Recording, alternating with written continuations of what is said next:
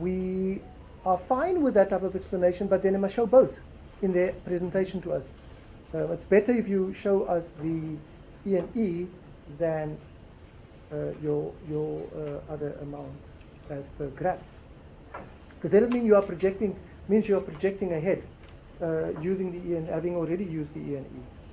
We must also recall, however, that the AG has been saying every single year that there's always evidence of overstated or understated amounts.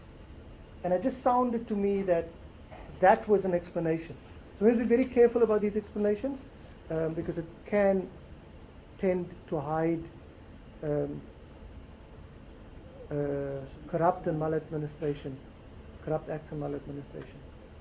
An incomplete ERP, Archibus and IAR. Members, I'm just going to go to the italics. The committee required a fully detailed report on initial cost, service providers, staff training, etc. per module. I think what we know that it was a lot of money that was spent.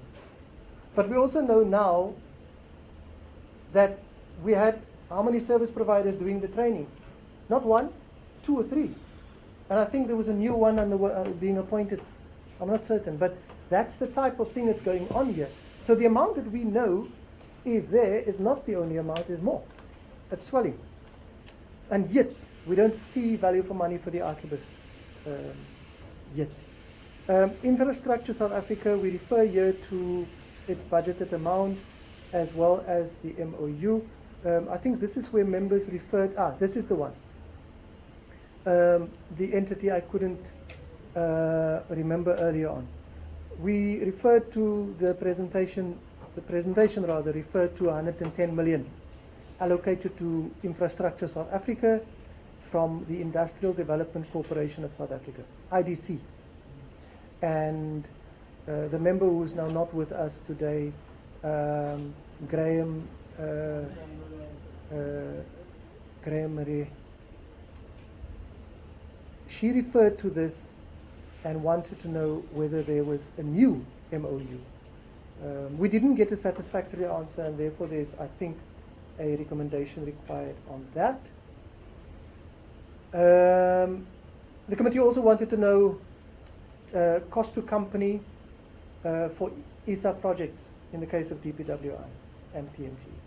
And then a facilities management system was on the cards a long time ago, and we don't see anything of this in the APP, and we want to know where that is. And then we refer to the full operationalization that's required of the PMTE. Also refer to women in public works, infrastructure, and the construction and professional built environment. The chairperson referred to this, and we said, we spoke of a 45% performance indicator for the appointment of women was inappropriate and had to be raised. We referred to disturbances preventing completion of construction projects and to what is called the construction mafia, and I slashed social unrest because social unrest also does that. Just the italics here, members urged the department to report to the committee on a tracking and monitoring mechanism for all construction projects, and this is honourable to know what's the effect of these disturbances on the term in terms of budgeted costs per project, time to completion and the extra cost. That's what he wanted in a presentation or report. We move to the entities. The first entity that we have here is the CIDB. And as members have noticed, the CIDB has a